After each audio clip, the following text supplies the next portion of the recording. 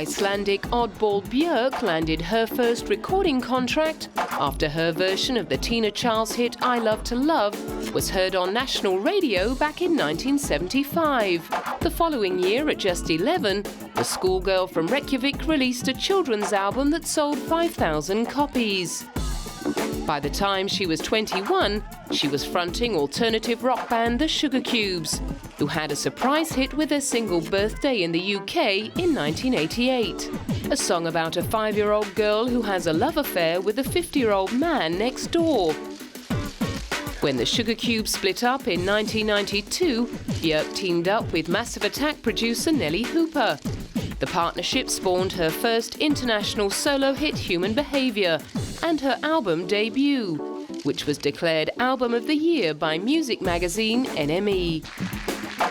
Her pixie looks and unique wailing singing style, combined with techno beats, immediately set her apart from every other act on the 90s scene, and she followed up with more singles like Venus as a Boy and Big Time Sensuality, which proved to be a popular remix favourite with DJs and producers.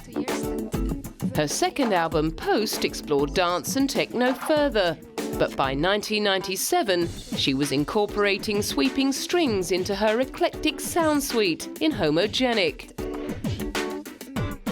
Alongside the groundbreaking music, she's also made a few waves with her acting efforts, winning a Best Actress award at Cannes for her performance in the 2001 Lars von Trier musical Dancer in the Dark, for which she also composed the score. Her performance of one of the soundtrack songs at that year's Oscars hit the front pages, thanks to the famous swan dress she wore on stage, which was recently auctioned off on eBay for charity. In 2005, she bravely collaborated with her partner and father of her second son, visual artist Matthew Barney, on a film project called Drawing Restraint 9, set aboard a Japanese whaling ship. You could say we planted seeds for 5 years without having anything in mind, thinking we would never work together. And then when we started doing this, it was harvest time, with kind of all these things popping out. So it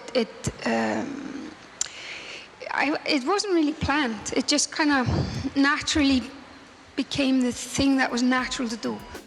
Despite her childlike appearance and diminutive dimensions, Björk has also made a name for herself for her occasional violent outbursts aimed at the paparazzi. In 1996, she flew at a reporter in Bangkok and had to be dragged off by security. Later the same year, she allegedly tore off a photographer's shirt. She's displayed the same feistiness when it comes to airing her political views. In 2008, she sent China's culture ministry into an apoplectic fit when she dedicated her song Declare Independence to the Tibet freedom movement during a gig in Shanghai. Then in October, she threw her voice behind the campaign to encourage the Icelandic government to take a more environmental approach. I think I'm just one of many people who have stood up and spoken out, but I have to do it. I will not be able to live with my own conscience when my grandchildren drive around Iceland and it's just full of, you know, like factories and smelters, I mean, it would be horrendous, you know. She showed her commitment by donating sales of her single Natura to the cause.